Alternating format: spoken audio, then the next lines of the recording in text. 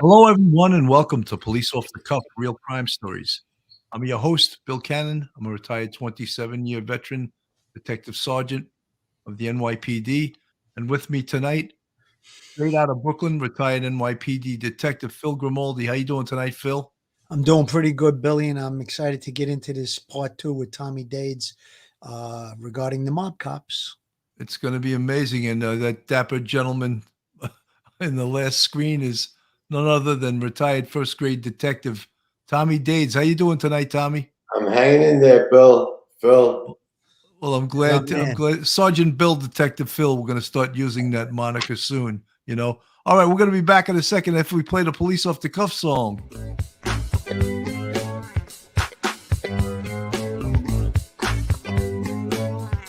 It's a show with two retired detectives that were in the thick of New York crime, fast and hectic.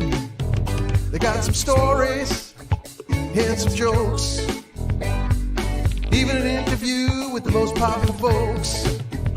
Off the cuff, off the cuff.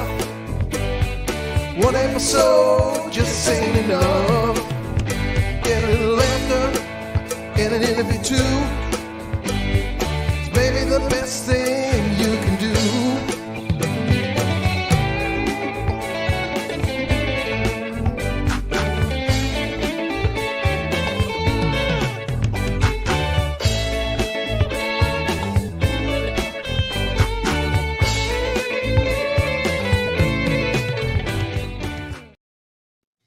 Hey guys, welcome back.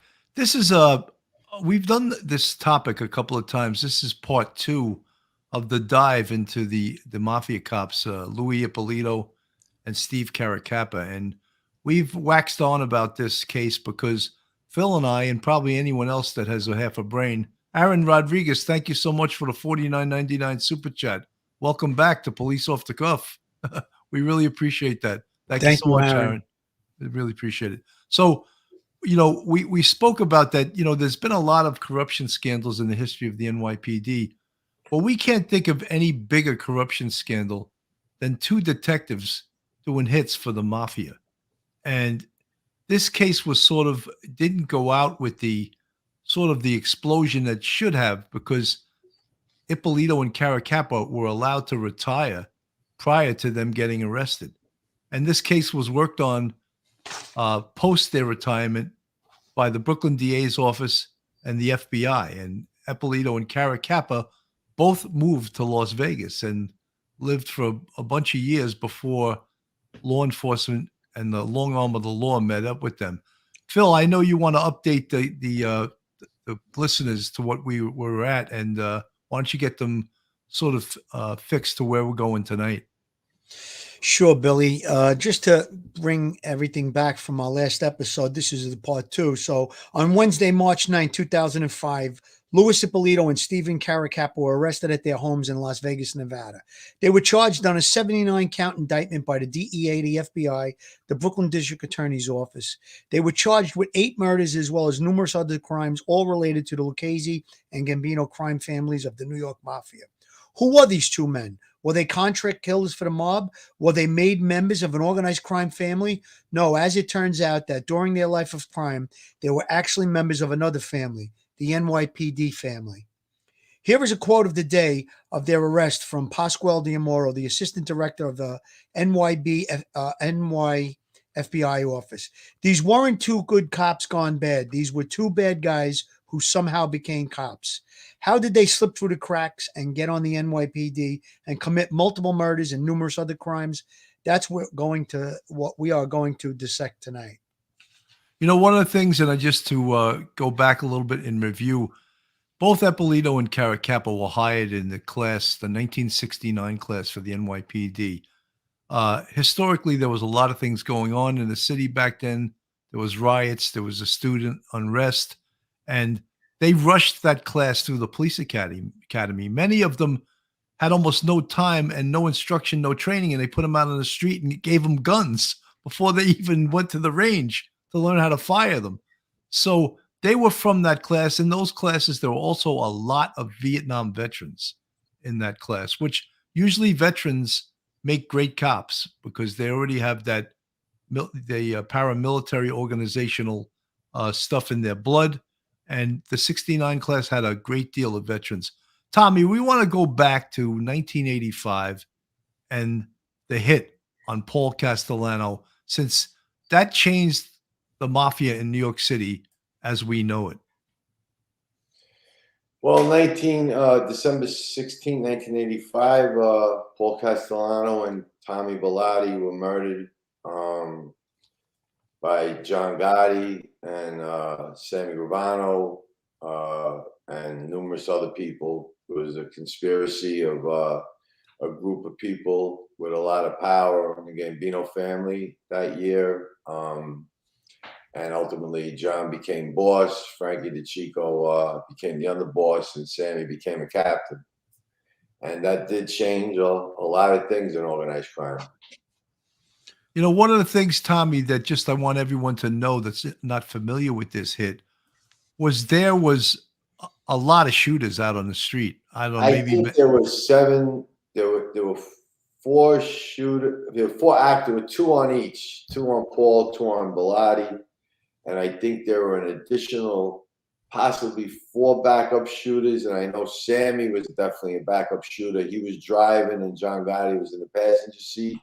And there were people inside for the supposed meeting in case the shooting didn't go down, so nobody caught on. Frankie DeCicco was definitely inside the Sparks restaurant with a couple other captains. And as soon as the shooting happened, they left.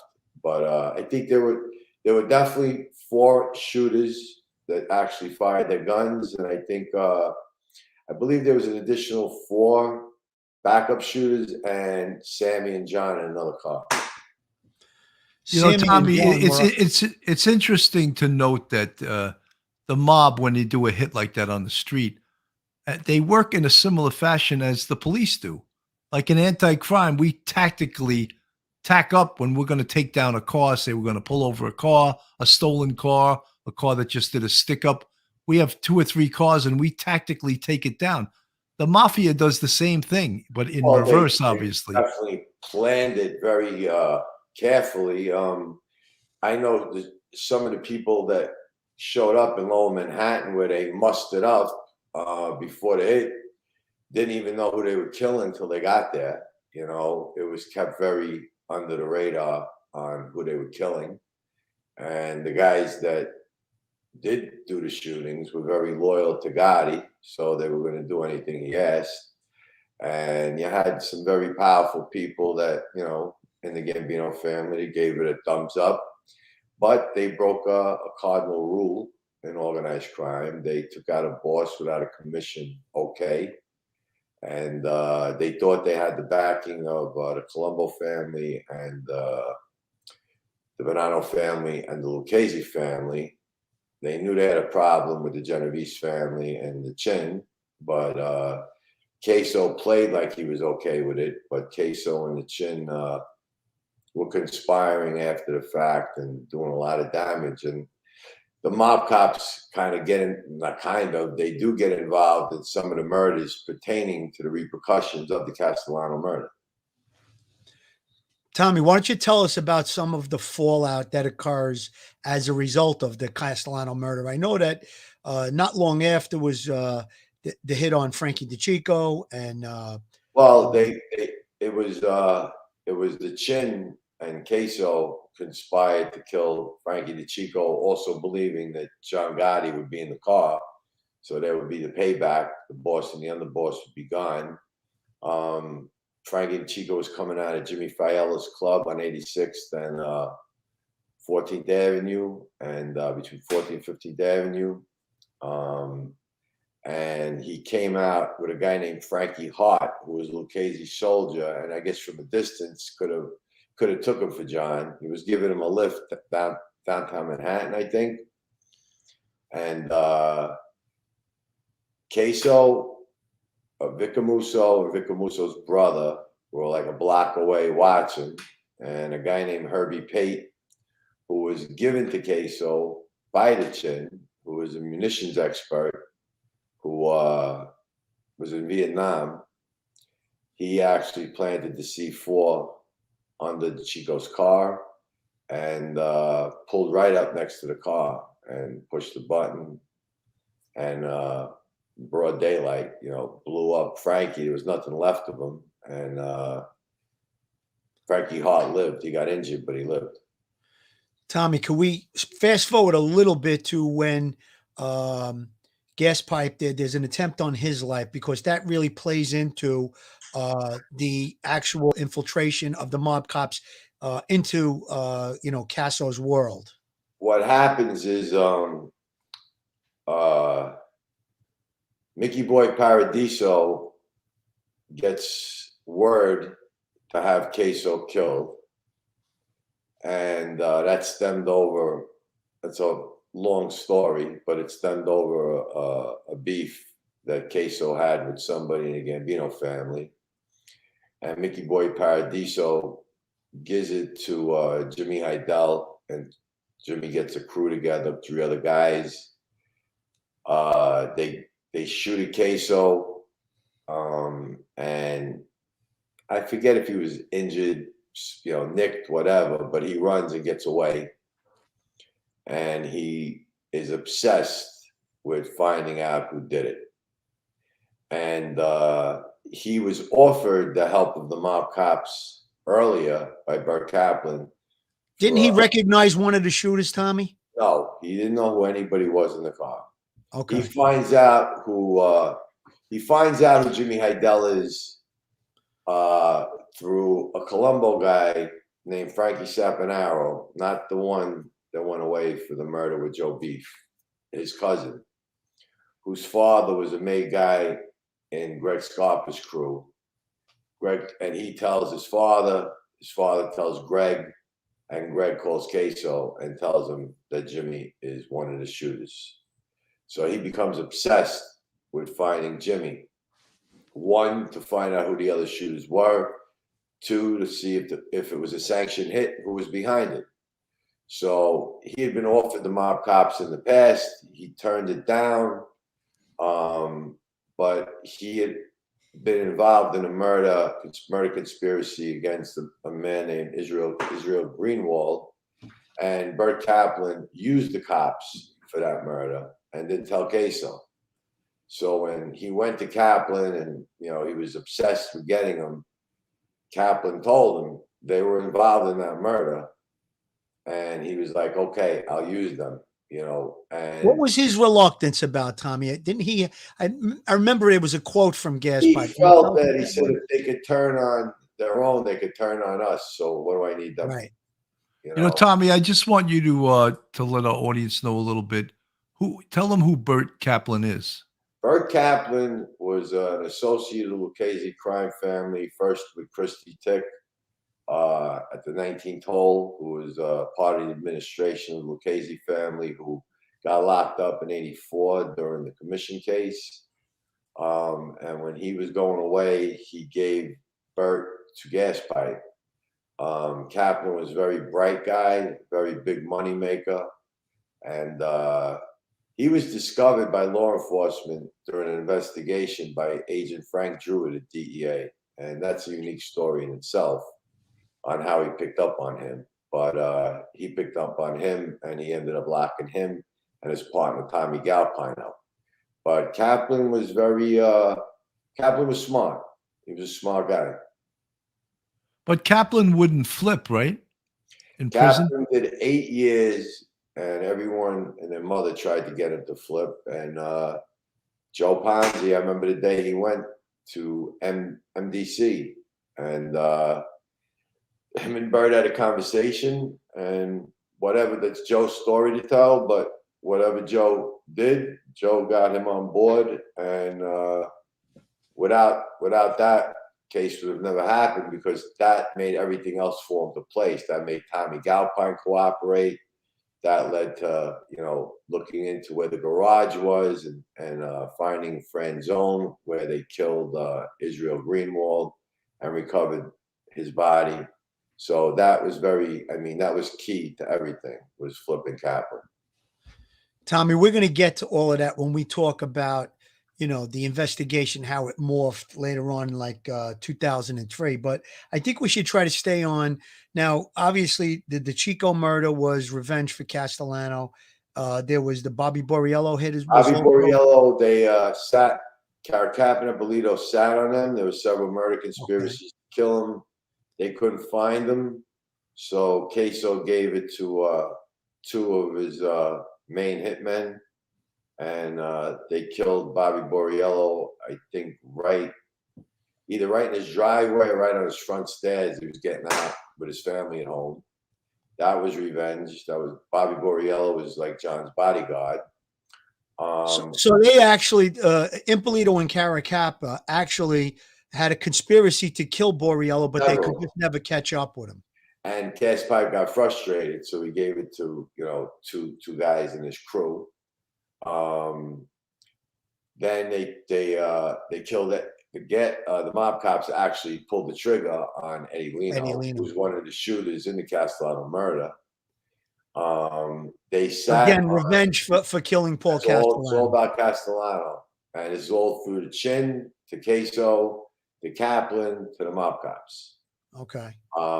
They did several murder conspiracies on Sammy Gravano at his office at 1809 Stillwell, but he was always surrounded by too many people, so they were never able to get him. Again, a conspiracy to kill Sammy the Bull Gravano. Oh yeah. So you've already named like at least 6 or 7 conspiracies, as well as the actual hit on Eppolito.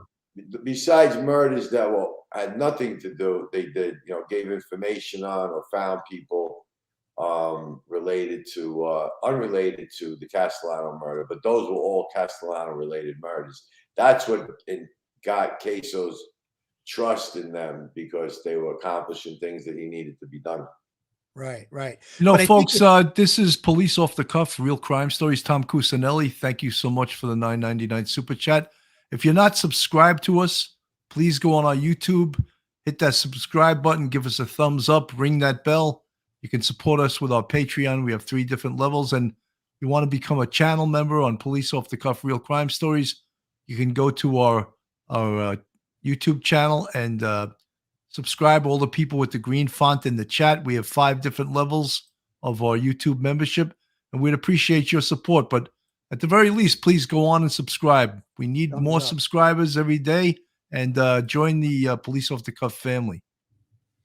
Tommy, I just think it's very, very interesting how the mob cops knit into the Castellano hit, so to speak, because of all the fallout from it. But it also sounds like they were, graduating slowly but surely to gain the trust of Gaspipe Casso.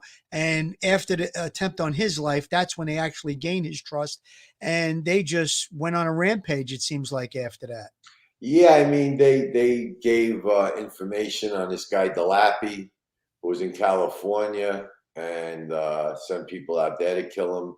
There was a double in the carting business out in Long Island. There was Otto Hydell, no relation, who they gave up as an informant. There was Jimmy Hydell. They were on a roll. Tommy, I just want to know also for our listeners, can you describe a little bit the difference in the personalities between Lou Eppolitto and Steve Caracappa? You can see in size, Eppolito is a huge man, overweight, and Steve Caracappa is the thin.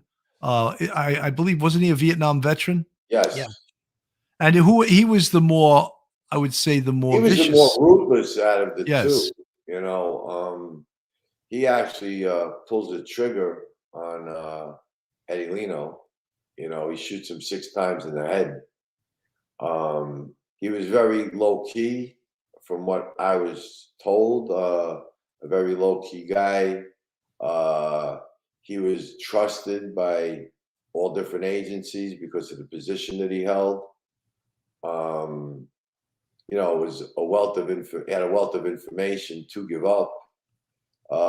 Eppolito didn't have access to the things that Caracappa had. I mean, as a cop, of course, you get access, but Caracappa had access to more detailed information than Eppolito would have ever had.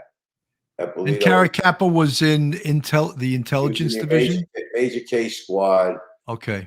He was the pinpoint man of organized crime for the NYPD back then. You know, major case. He kept track of all the OC homicides. You know, he knew what investigations were happening. He was the guy that most people talked to. I never had contact with him. Tommy, I got to make this point. That right there, what you just said, he was fingertips away from extremely sensitive information in the major case squad of the NYPD. And that right there alone, that fact alone makes it the biggest corruption scandal in the history of the NYPD, that someone with such sensitive information at their fingertips was on the payroll of Gaspipe Casso, as well as Lou Eppolitto also on the payroll. Maybe you could talk a little bit about that, Tommy. What was their, I mean, did they get monthly, weekly money, monthly money? Was there bonuses? Tell us a little bit about that. I guess, you know, listen, it was there's a lot of people involved in this investigation. There's a lot of hard work. Everybody played a part, you know, in this. The thing that I guess makes it different from other scandals that took place were that there were a lot of, you know, I mean, other corruption cases, they pertain them as people who were taking money, you know, back in a time when it was a time when, you know, there was a time in the police department where that was accepted, just like there was a time in Tammany Hall where that was accepted. And then, you know, things changed and, you know, different things happened where that wasn't accepted anymore. They weren't just taking money and turning a blind eye. They were actually destroying very good detective and agents investigations that cost a lot of money to investigate and things that guys put their heart and soul into. So they were sabotaging that. And not only were they sabotaging that, they were also giving information that people killed, picking them up to be killed, or killing them themselves. And they were on a retainer. I believe it was $4,000 a month. Don't quote me. And if they did something that, you know, led to something big that Casso had wanted, they, you know, they were given a lump sum, $40,000, $50,000, $60,000 at a clip. But they were contract murderers for organized crime. And the other part of it is too, they betrayed people that trusted them. You know, they didn't just betray the badge, which they did, but they betrayed relationships and friendships. Tommy, You know? let me make this point real quick. So besides, we know the mob cop story is they were contract murderers for the mob, 100%. But they compromise very sensitive investigations by giving out information, let's say on a wiretap or, you know, a pending arrest and situation like that. Can't even name the number of investigations that they destroyed on people, you know, and informants that they gave up.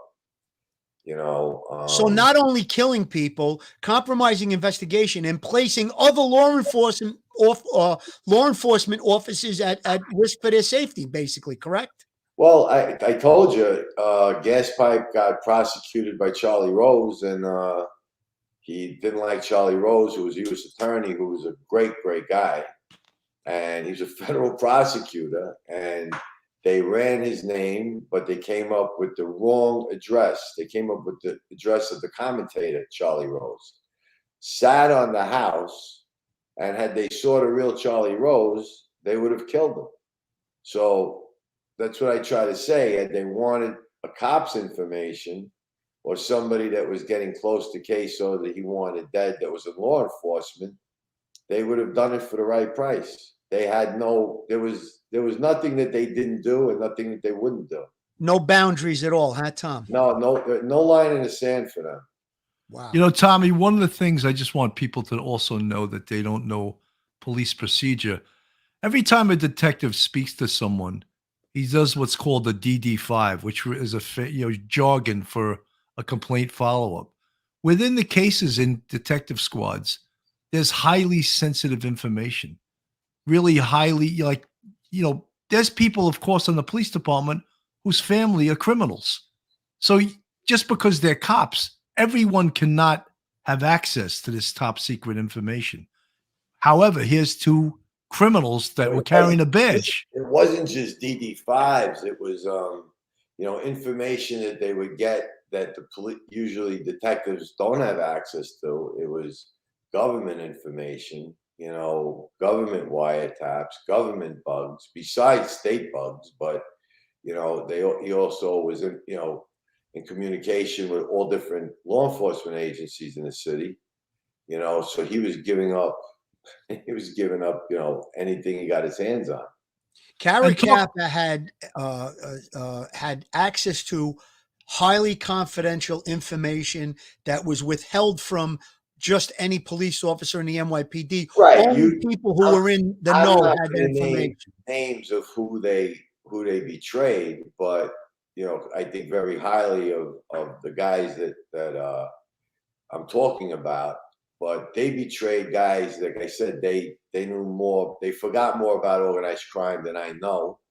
And they were legends, and they trusted Caracappa. So they would communicate with him, for whatever, I don't remember the conversations that they had, how it came about, but he was known to, speak to different people, find out about, to put stuff in databases, whatever, for the major case squad. I told you, he created these homicide books from 1980 to 92 of, informationals. Like, so if you're in a squad, if you're investigating organized crime, you go right to the name, and it gives you basically a synopsis of everything a detective would need to know to at least get started on the case or look back at it.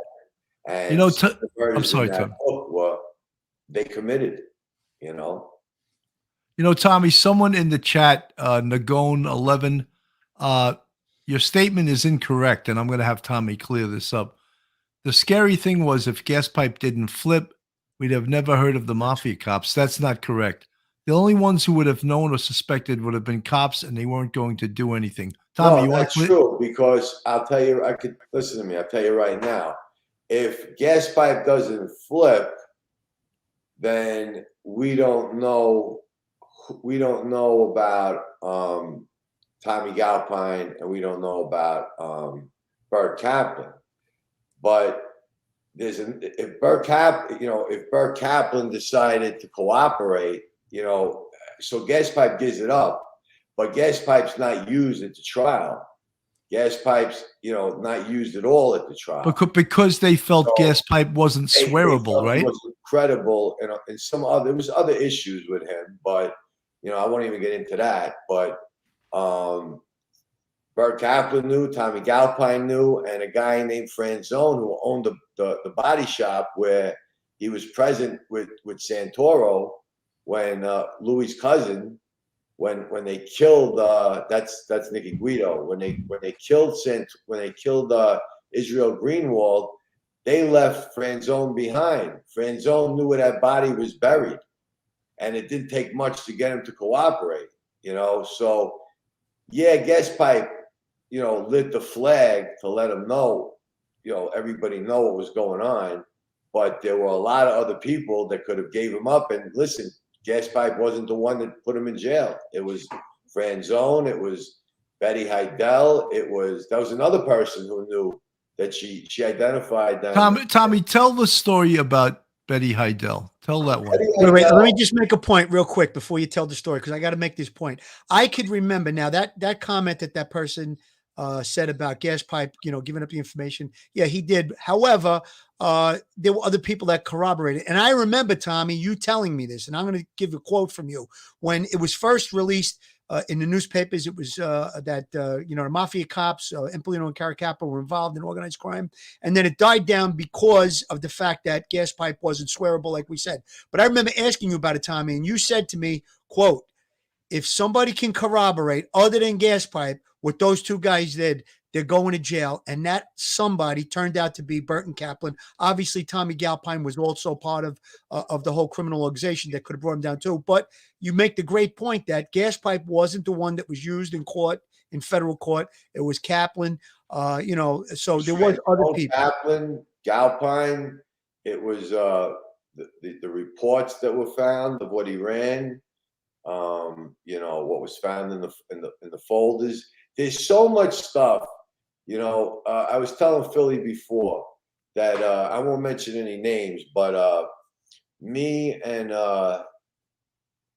team and 2 FBI agents arrested an individual for shooting a wise guy for shooting another wise guy, and we arrested them federally, and he didn't cooperate. He took 26 years, and he tells Casso that in prison that he was sitting on Jimmy Hydell the day that the cops pick him up, and he says, I saw those 2 cops pick up Jimmy that day on Bay 8th Street.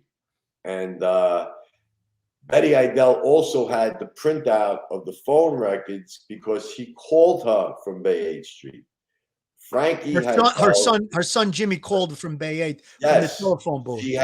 She had the records from the payphone. Frankie Hydell saw after they grabbed him and mistakenly identified him as Jimmy using Jimmy's car, and Betty and her daughter came out and said, like, what are you doing?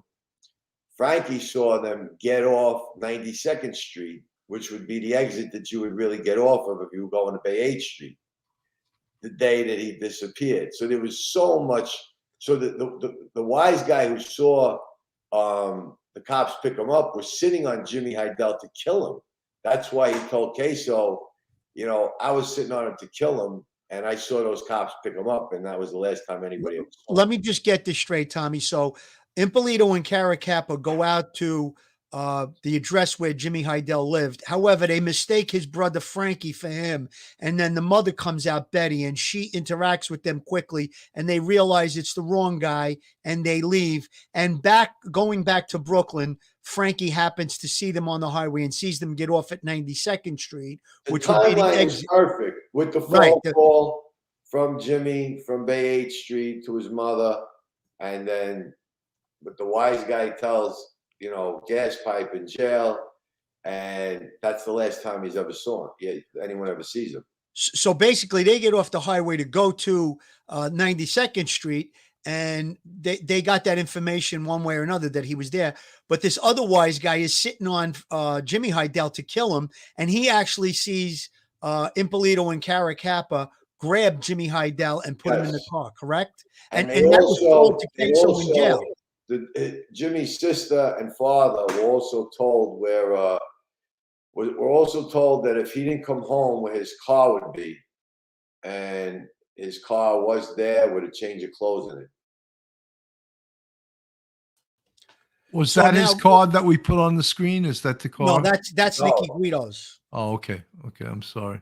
So Tom, tell us about how in 2003, when you began the investigation, that was you were prompted by Betty Hydell. Give us the insight on that, Tom. I was sitting at my desk, and Betty Hydell called me, and at that time she wasn't too thrilled with me or the police department or the FBI, and she knew her son was killed by 2 cops, and she knew that Casso had flipped, but she really was still getting no satisfaction on it, and she was pretty, you know, heated, and I can understand, you know, why she was, and I understood, and I tried to be as compassionate as I could to her, even though she was ripping the NYPD and the FBI apart.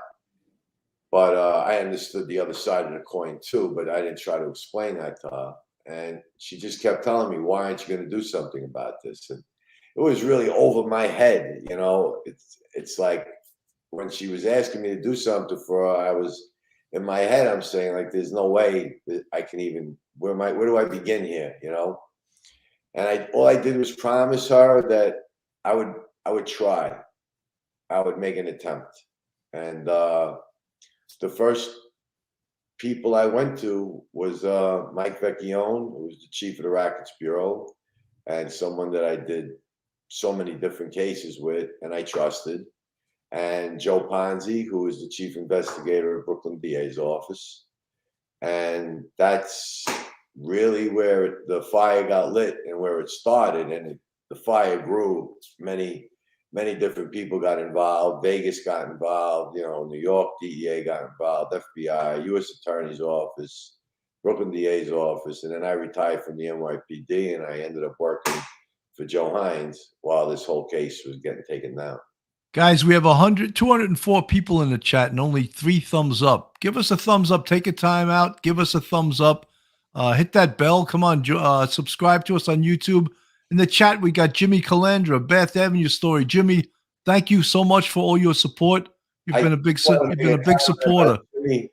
Jimmy did a great interview with Brian Glaze Gibbs the other night, and that was somebody that Joe Ponzi was very instrumental in his prosecution and his cooperation. And it was a really great interview. Jimmy did a great job. And Brian, you know, even though he hung out with some really bad people that did some really bad things, you know, crossed the line with a police officer and a parole officer, God rest both their souls. But he turned his life around.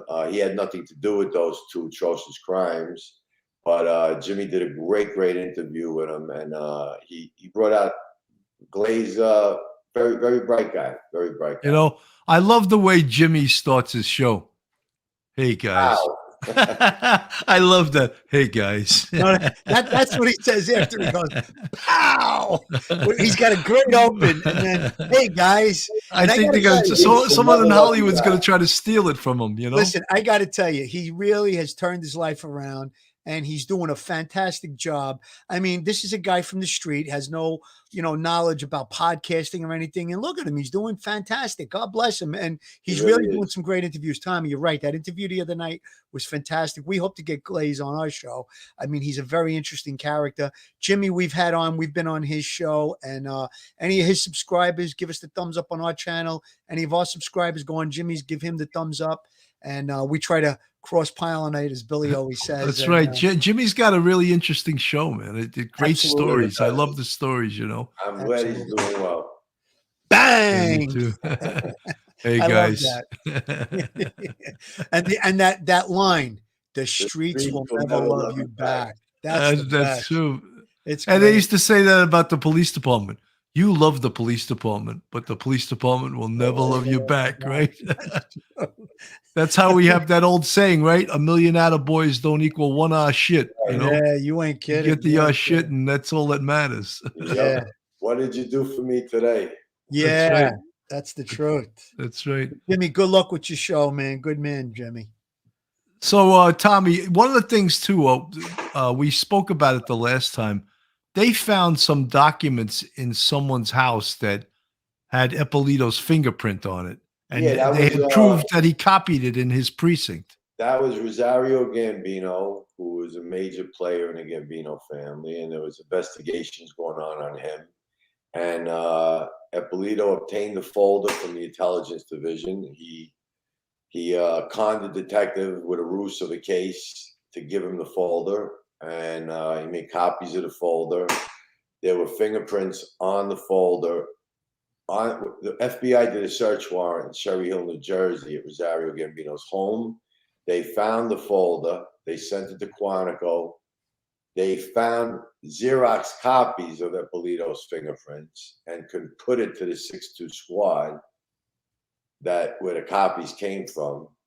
And somehow he managed to beat it and get promoted with the chief of detectives hating his guts. So that's amazing. You know something, if you were in this day and age, if you're involved in any kind of corruption scandal, even if you're innocent, you'll never ever get promoted. That's for sure. And Chief Nicastro hated his guts. That's talk about corruption right there. That was probably like one of the other highlights of this Mad Dogs crime spree between the two of them. There's a high level of corruption. That's the highest levels of the police department. Obviously, look the other way. on a slam dunk case that he shouldn't have continued on in the police department. Well, I'm And going to Tommy, give you could back it up based on the federal lawsuit. I'm going to give you, I was just going to give you that example. Me and Ponzi would always talk, and I would say, Joe, I would say, like, something's not right here with this trial room hold, these transcripts. Something just ain't right, you know? And several years later, not everybody put in for the lawsuit, but several families put in a class action lawsuit against the police department.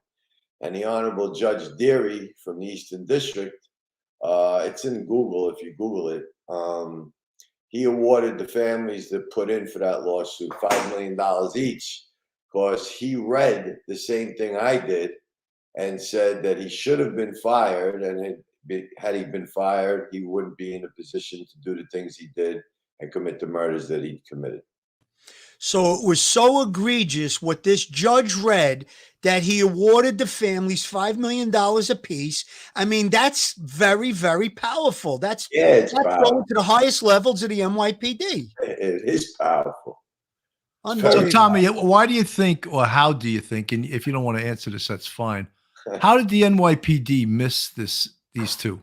You know what? I'll be honest with you. I don't know. I mean, I had nothing to, you know, I read the same thing everybody else did in the newspaper when this first broke in 1993, I think it was. And I didn't believe a word of it and didn't pay any attention to it. Then it came across my, you know, conversation with somebody again in 1998 that gives me a lot of information on it, but there's really nothing I could do with it. And then in 2003, you know, my conversation with Betty. Should have Eppolito reading his folder? Should he have been fired? Comparing it to other people that I know who were fired, especially one individual, and I know Philly knows who I'm talking about. Oh yeah, that should have never been fired. You know, it was in black and white. He was guilty of sin. There's no way he should have kept his job, but he did. Did IAD, you know, were they following them? I don't know. I told you I read four reports on the both of them. Not enough to really, you know, I guess do anything with, but I can't tell you. All I can tell you is that Eppolito definitely had a rabbi somewhere. You know what's really astonishing to me, Tommy, is that they were clearly on the radar screen. Eppolito was, I'm sorry, maybe not both of them, but Eppolito was on the radar screen. He walks away from it. Whatever happened, God only knows. But how did he get removed from the radar screen all these years later? Because that was in the 80s. He was whacking people into the 90s and the 2000s, and they never came. They were never a blip on the radar screen again. That really says something about the Internal Affairs Division, I guess, or whoever was in charge in the police department. Is no, I just can't get over it. It's astonishing. Besides them killing for the mob, how could they have been? The FBI did when Casso first flipped, they did start an investigation on the both of them very quickly. But once Casso was discredited for numerous other reasons, it ended because, you know, they couldn't use him. Right. Folks, we're going to go to a quick commercial break, and we'll be right back with Tommy Dades, first grade detective, OC expert. Joe Murray, attorney at law. Have you found yourself in a jam? Are you in need of legal counsel in the New York area? Do you need a victim's advocate? Well, Joe Murray is your man. He's not only an experienced trial attorney, he's also a retired 15-year member of the NYPD. He literally knows both sides of the fence. His website is jmurray-law.com. His telephone number is 646-838-1702, or you could email Joe at joe@jmurray-law.com. I'm sorry, .law.com. When we cover this topic, Joe Murray's switchboard is inundated with calls. Everyone needs an attorney from some We got to reason. rerun Jimmy Calandra's show. He won't be able to handle That's it. right. Yeah. Jimmy, you should have Joe advertise on your show. Exactly. He'll have to hire a couple of associate attorneys to pick up all the work. Really. Oh, God. But listen, going back to the story here, Tom, you know, around 2003 is when the investigation really kicked into high gear. Obviously, the call from Betty Hydell. You gave her your promise and your word that you wanted to look at it. You told you didn't think, you know, you weren't telling her this, but you didn't think that you could possibly ever come to a culmination on the case and an arrest. But so, give us a little insight. What happened after that? You went to Mike Vecchione, you went to Joe. How did it? Where did it go from there, Tom? I went to Mike. I went to Joe. Joe, they both, you know, and we both thought about it. We all thought about it for like a day, you know, and we regrouped and said, okay, let's do this. So I went over to the Eastern District, and I thought they were going to kick me out, and I left. Eastern District of the FBI office. Eastern District of the U.S. Attorney's office, and I left with a hand truck, several hand trucks of boxes of the whole case. And at first, the feds were time barred because the statute of limitations had run out. They weren't able to prove a continuing enterprise with them. You're talking about for conspiracy or for RICO? For a RICO case, and straight cases on their crimes of 5 years. So it was way past that.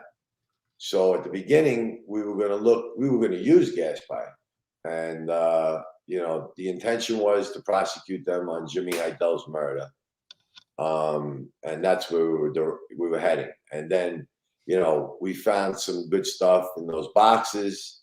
I reached out to Vegas through agents that I knew, and hooked me up with an agent named Timmy Moran, who was out in Las Vegas, and he started a case in Vegas.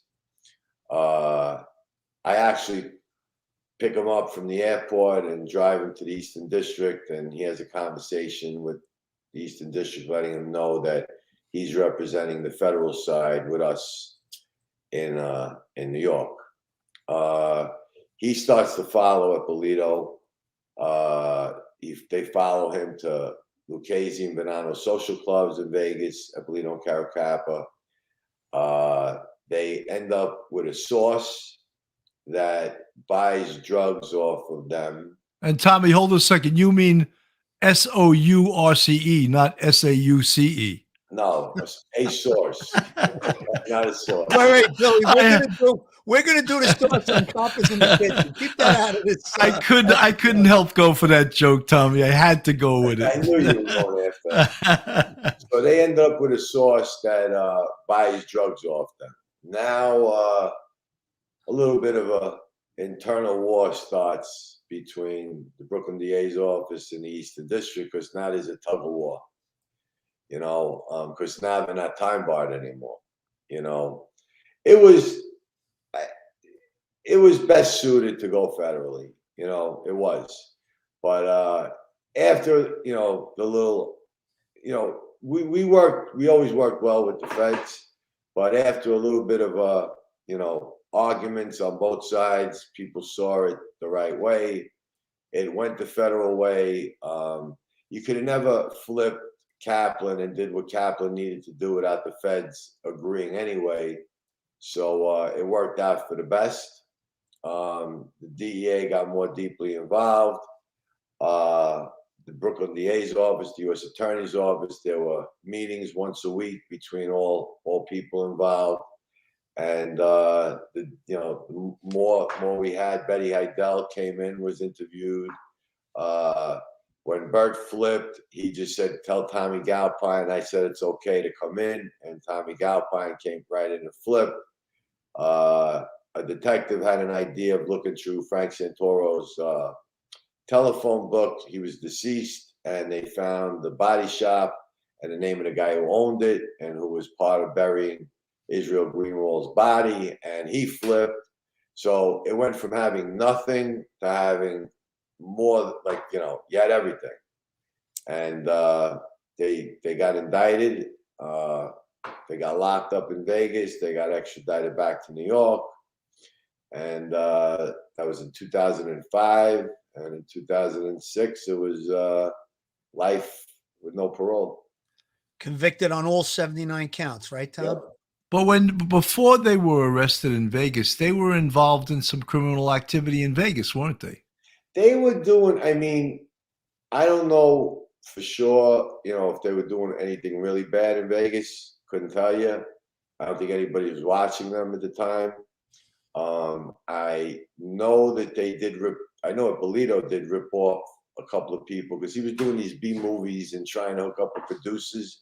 I know one specific woman he ripped off for $40,000. That's basically, that wasn't enough. The drugs was what got him out there. And when he had handcuffs put on him, he told the agent, "What took you so long?" Eppolito said that? Yeah. Eppolito? You know what else, Tommy, is a very striking thing? We know that they were charged with the 8 murders as well as all the other counts in the indictment. But you and I know personally there's other murders that they were never charged with. And Well, there we know were a that total of 14, like they were in one way or another they were involved in. And there's a 15th that me and you know about that there's no ifs, ands, or buts they did. But I don't know if that's ever going to go anywhere since Danny Celentano retired. There's some funny stuff in the chat. They're talking about if this stuff was made into a movie, and just if there's any B movie producers out there, we're looking to have a movie made. But look at this, Brad Pitt as Tommy. Come on, I think Chuck Norris would be better. Chuck Norris is almost 80 years old. Come on, he'd be nearly as bad as Tommy. It looks like Bada, like Bada Bing. They spelled like Bada. I saw another one, Bill. I'm going to try and pull it up. It was right in the beginning. It was great. And Tommy happens to know the actor too. Let's see. Madsen was the quote. Oh, he's good, Madsen. I spoke to him. I spoke to Madsen. Let me see if I can find it here. It said, I'm not finding it. It basically said, I'm a big Tommy Dates fan, and I want to see Madsen with a shaved head play Tommy in the movies. Madsen's a funny guy. When I saw that, I almost peed, but I can't see. I think Madsen though would say sauce and sourced a little differently. Eppolito and Caracappa were home free until Eppolito wrote the book and appeared on Sally Jet. That's true as far as Betty went. When she saw him on the Sally Jesse Raphael show, she ran out and bought the book. And I heard Caracappa went nuts when he put the picture of the both of them in that book. And Betty identified both of them in that book and testified to that. Bachelor Street. Tommy, do you know which store Casso ran into when Hydell tried to kill him? I think it was I know which one it was. It was the Golden Ox restaurant on Avenue N and East 70th Street. Yep. Golden Ox restaurant. Is that right, Tom? He went down the basement. Yeah, he ran into the restaurant. He made it through the kitchen into the basement, and he was going to try and go out the back. He was actually found himself with no exit, but they had taken off. He took off right away. Yeah, I believe he was injured too. He caught something. He did flesh get hurt. wounds though. He did get hurt. He wasn't seriously injured. Patrick Glanville. This could be an A movie. Coppola. Yeah. Francis Ford Coppola. I think he's retired though. We could bring him out of retirement. It's the 50-year anniversary of The Godfather. I just want everyone to know it was Bazzini all along. You know what the problem is with this story? I mean, I'm giving you just bits and pieces of it. It has so many spin-offs with different people. It could go on. It's like you need 2 years to explain it to somebody because all the people that are involved in this case and the way it all came together and you got just the arrest of Kaplan and Galpine. That was a whole separate case. It's called the Freddie Puglisi case. It was done by Frank Drew and the DEA, and that's how people. Nobody even knew who Burton Kaplan was. Frankie Drew is the one who discovered Burton Kaplan, and of course, when Casso flipped, he gave Bert up on stuff, and everybody knew who he was, and everybody knew if Bert. That's why they gave Bert 27 years for dealing pot. So he got 27 years for dealing. I would call that incentive to flip. And they wanted him to flip in the worst way, and he wouldn't do it. And he was in jail 8 years. And he told Ponzi, he goes, listen, I got enough business cards from law enforcement people to paint the walls of my cell with. He says, you know, I'm not coming in. He wasn't coming in. And it got a little heated with him and Ponzi. And but they ended up where Bert wouldn't want to talk to anybody unless Joe was in the room. You know, Tommy, the way you're explaining it, the tentacles of this case spread to so many different things. Think about it. They touched the Paul Castellano murder by, contracting to do the murders that fell out from that. They were involved in so many different things. Gotti, Castellano, all organized crime. And then the other stuff that we don't even know about. Bruno Facciolo, who was a captain in the Lucchese family, and they found him in a trunk of a car with a canary in his mouth.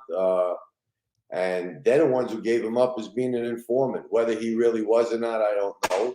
But they labeled him a rat, and it got past to Casso, and Casso had him killed. It's just really amazing when you look at the tentacles of this case, the reach that it had. But there was one other point that I wanted to make, Tom, going back, talking about the different personalities between Caracappa and Eppolito. Now, I met Eppolito several times, obviously. Never met Caracappa. I might have seen him, but I never was really introduced to him or spoke with him. But if you look at their personalities, Eppolito was a bodybuilder when he was younger. He came across as this tough guy, a clown, always joking, loud, very, very boisterous. Whereas Caracappa was the quiet one, and he turned out to be the more deadly of the two from what we know, right? Correct? Oh, 100%. And Kaplan didn't like Eppolito, so he dealt at some point directly with Caracappa. He knew Caracappa's cat's name. He knew the layout of his apartment, and he rather deal with Caracappa and Eppolito. He thought Eppolito was going to get them in trouble. Well, the whole thing is also with Eppolito writing that book, Mafia Cop, which is what this case became known as. And it's the same thing as Gotti, being too flamboyant, having his picture taken too many times, and just instead of staying away from. Went through their head when they were in Las Vegas, and they found out that Casso cooperated. Talk about diarrhea. I mean, forget it. They must have really. They only met each other. As far as I know, Casso and Eppolito and Caracappa only saw each other face to face one time. And that was in the parking lot of Toys R Us on Flatbush Avenue when they passed off Jimmy Hydell to him. Just so you folks know, in 2021, Casso died of COVID in prison. So, and I believe that Eppolito and Caracappa are both dead. They died a couple of years apart. I think one was 2019, one 2017. Not sure the exact dates, but they're both deceased too. And I think, Tommy, that case that we were talking about, number 15 that we know of, that probably had, the reason that it never went any further was because they were already dead. At best, they were going to get an exceptional clearance, Yeah. There's a question from Bachelor Street. How in the world did these two cops first link up? They didn't grow up together. Amazing. That question will haunt me till the day I die. That's a great question.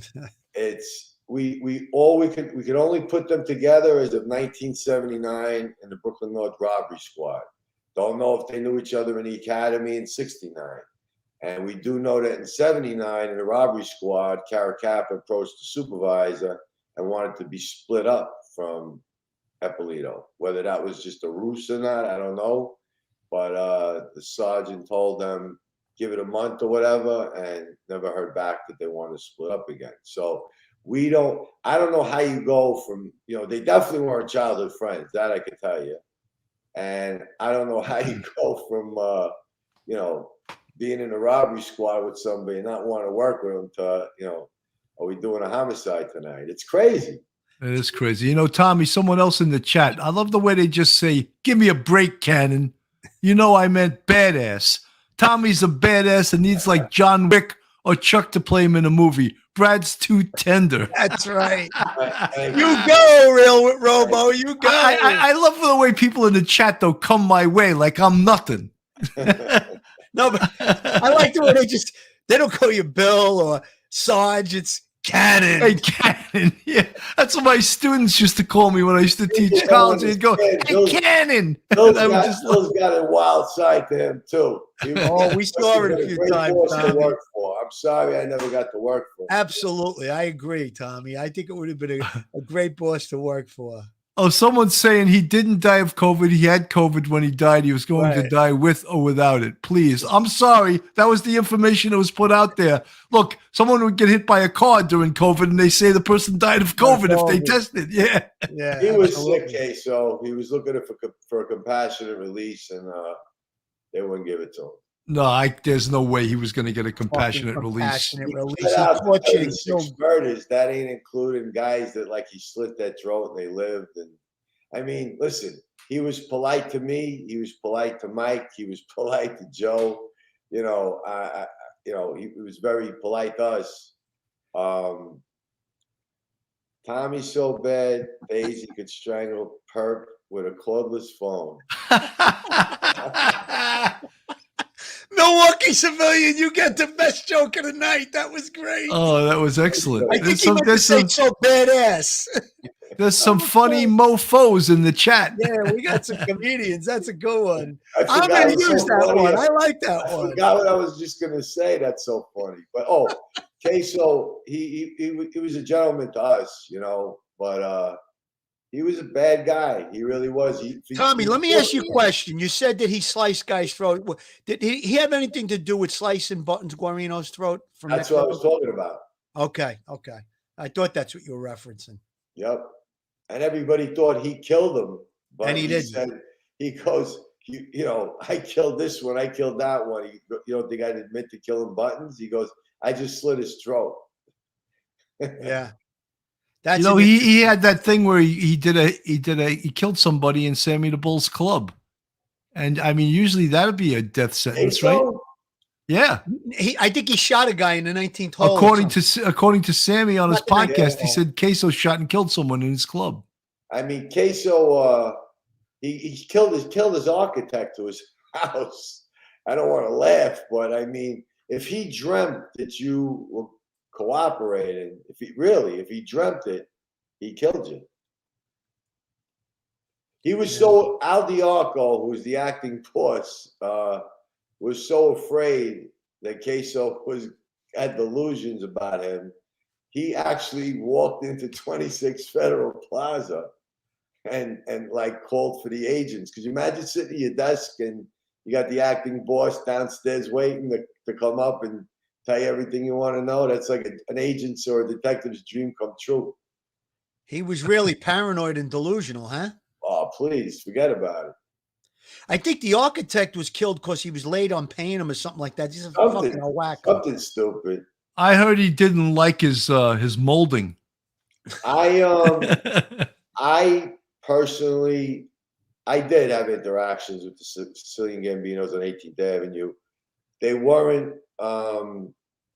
It wasn't me who was as knowledgeable as an agent that I worked with, who was pretty much an expert on them.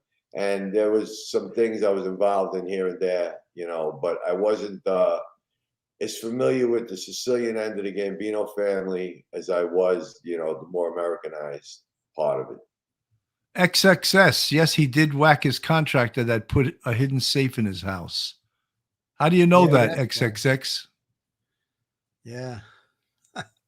One says it's the contractor, one says it's the architect. I think it may have been the butler. The builder, whatever. It was somebody doing something on his house. He definitely killed the architect. That I know for a fact. He killed the architect. Apparently, the architect was complaining that he was late on paying him or something like that, and he had him killed. And the contractor with the safe, though, that would be interesting because there'd be motive. He knows where the safe is. Hey, Mo, thank you for the $4.99. He says, I remember Tommy in the New Jersey Mob documentary. In my neighborhood, you can always tell who belonged to Jersey or New York. Jersey drove beat Lincoln's. New York had caddies. I love that. The Jersey Mob, we considered AAA baseball. Yeah, they were the AAA, and the major leagues were in. If you couldn't make it in New York, you had to go to Jersey. Well, that's because that was the Sopranos, you know, when they were hanging out at Satriale's. Yep. And listen to me.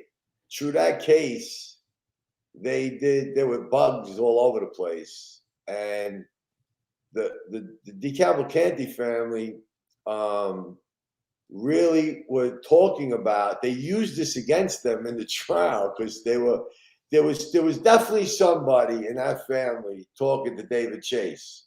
I don't care what anybody tells me, because there was so many things that happened on The Sopranos that really happened in the DeCavalcanti family. And the DeCavalcanti family themselves, when they were being bugged, were talking about how similar, like the show was about them, which like was presented to the jury. Like they were saying, yes, the show's about us. And what's The Sopranos about? Organized crime. So it sunk them in a way, but it was kind of comical because so many things in The Sopranos and the real life DeCavalcantis really were the same. Yeah, absolutely. XXS, she's responding to what I said before. I just do. I am no one, but I know tons of stuff and people. Who you with? That's what they say. Who you with? Who's she with? Find out who she's with. That girl. Who she's with? I don't want to talk. I don't want to insult her. I might get whacked. You know, Tommy, what you're talking about, the parallels between the real, from The Sopranos that you did on, you did the documentary, The Real Sopranos. The parallels, they actually caught them talking about it on wiretaps. They played the wiretaps during your documentary where you said, that show on TV, and they were talking about me. You see this, Tommy, on the screen? Why don't you answer that? Which unsolved homicide do you wish a witness would now come forward to give? If I really tell you,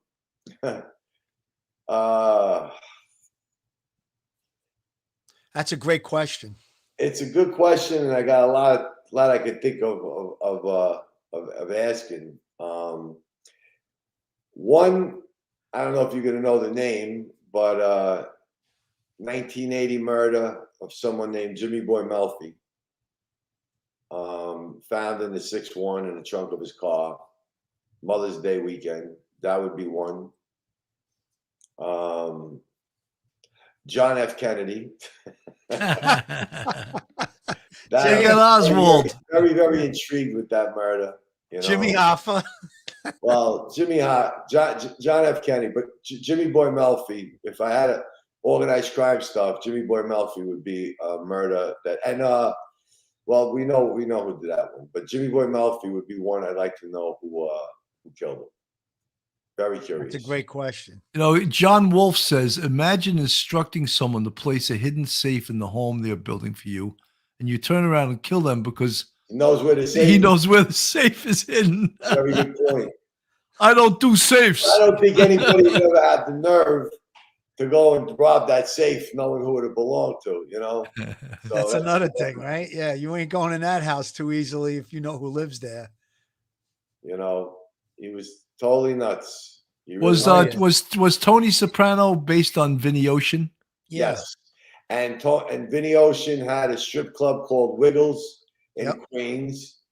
You know, they kids went to private schools.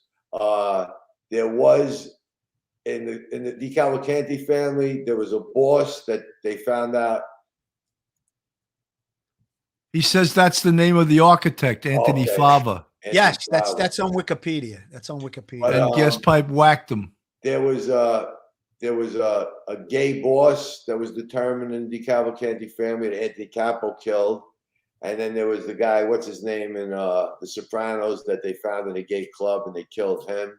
Joe Ganascoli, who I actually went to school with. So many similarities. Someone dying of stomach cancer, you know, like there's just a lot of different similarities. See, what happened was the source gave a bunch of guys, they had burner phones.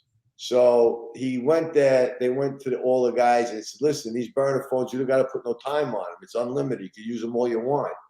But every one of them was tapped. We were up on.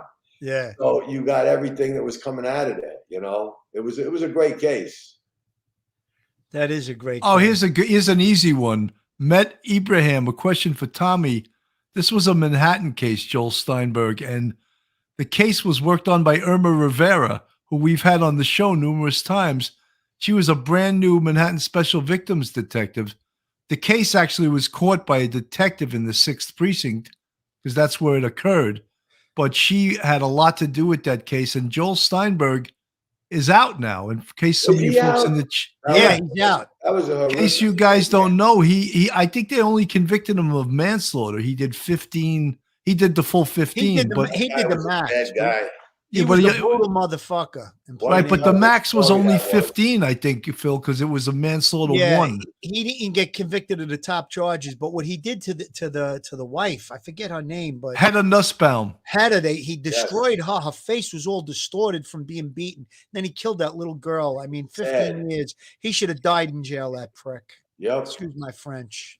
Yeah, you know something. The thing was is that that was the biggest case of like child abuse, Yes. where it changed the way the NYPD did investigations. You know, because the guy was an attorney, he probably intimidated the uniformed cops from going into the apartment, and they, you know, he was like, "Hey, why are you coming in? Oh, we want to take a look at the You have a apartment." search warrant. Yeah, all of that Shit, stuff. that So poor woman. You see her face? What he did to her? Hedda Nussbaum. I'm glad you thought of the name, Billy. She was really brutalized. It's terrible, and I think that's exactly what happened, Bill. His you know, his stature as an attorney, he probably challenged the cops on legalities and stuff like that, and that probably helped him to yeah, and they walked hide away.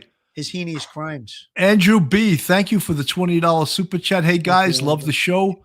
The question is for Tommy. Do you think a guy like John Papa I would know have the answer to eventually that for a fact.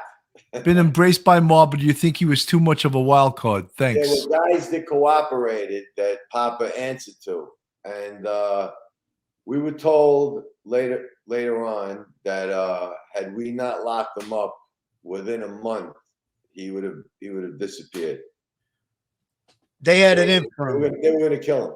Yeah, they were going to kill him.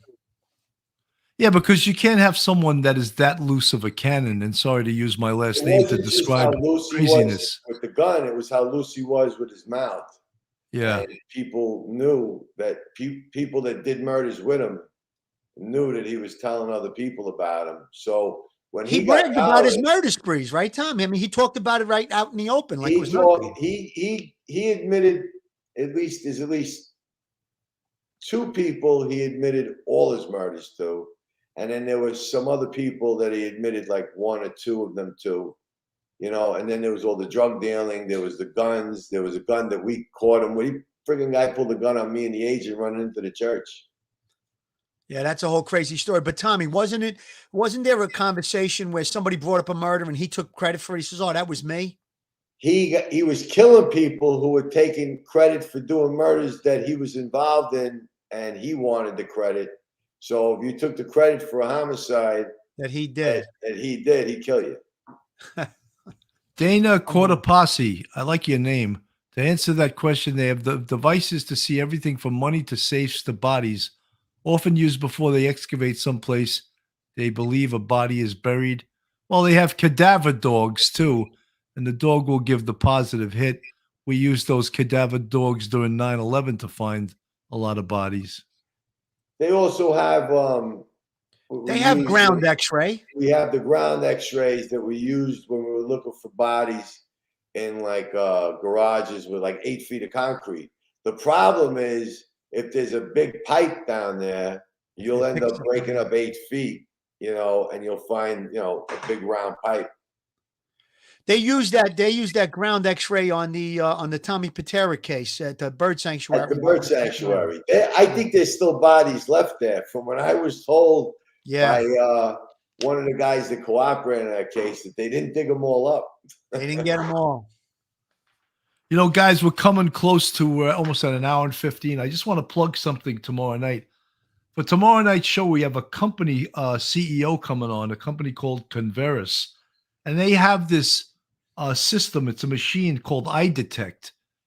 And when someone is being interviewed by the police or for a job, the camera zeroes in on their pupils. And I don't know if you guys know this, and most good interviewers and interrogators do know this.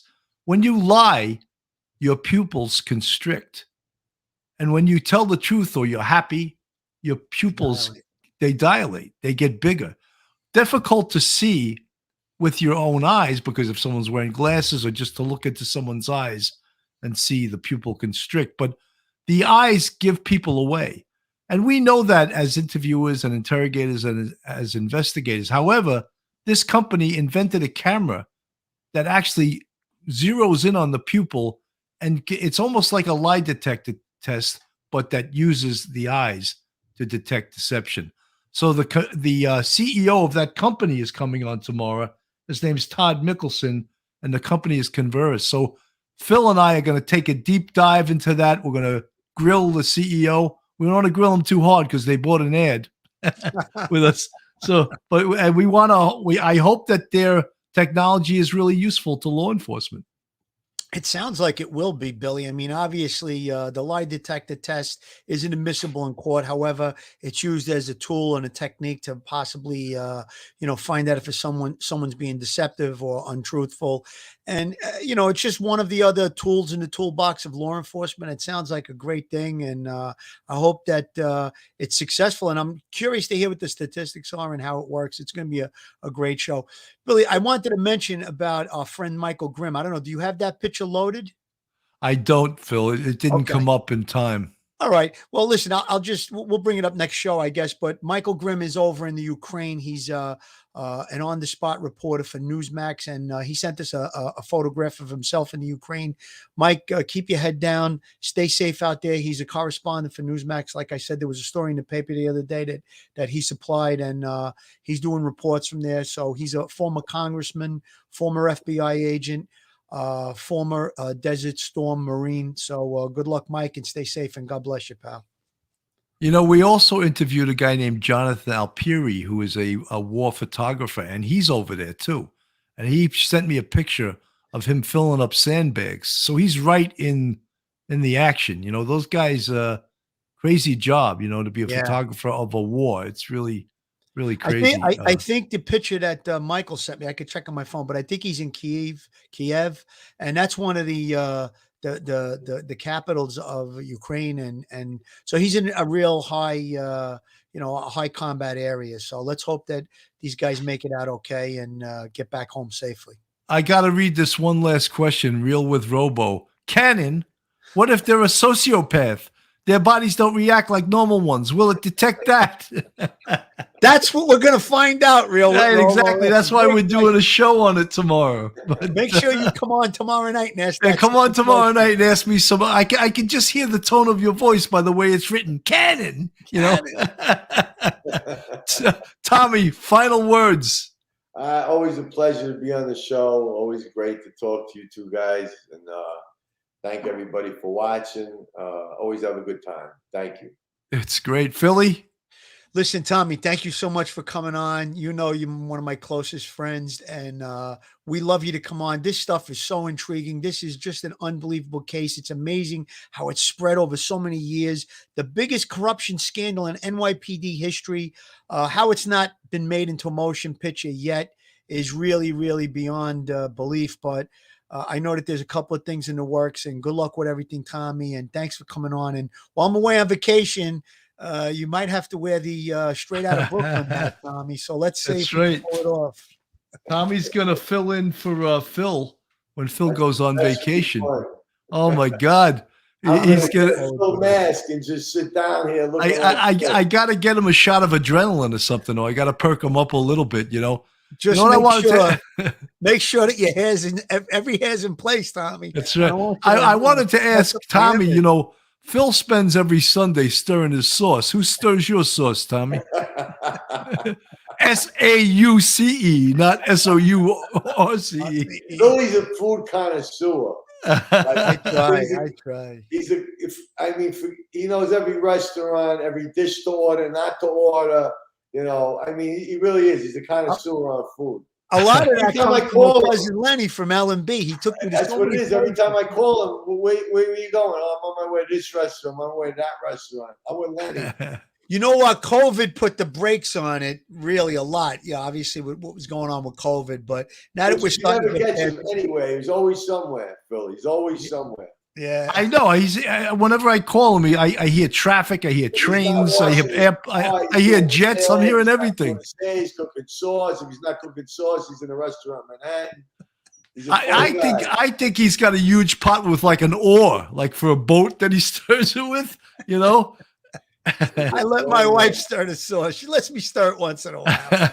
No, he's got a little outboard motor, and he just puts it in there, and it stirs it up. It's like you know that thing that you put it into the pot. It's what you described basically. It's a little motor, and we got one of those. An egg beater. Yeah, it's sort of like an egg beater, but it's got like a wand or something. Anyways. Mo says, I want some roasted garlic and spread it on garlic bread. Oh man. I see Billy's face. Listen, because if you we'll talk about that on top of it. The garlic, you gotta melt butter on top of it in the oven. Olive oil and butter. I can't take butter. It's gotta be olive oil. I hate butter. We're supposed to do another show of Kappas in the kitchen to teach everyone how to cook. We're going to film that either tomorrow or the next day, Billy. I hope. That's right. We got to get that going. You ready, Bill, for that?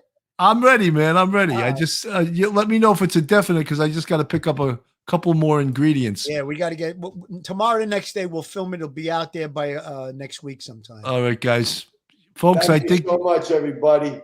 Tommy, thanks for coming on. Folks, thank you all for listening. Thank you all you guys who gave us the super chats. It's very much appreciated. Thanks for all the thumbs up. Good night, everybody. Stay. One episode just ain't enough.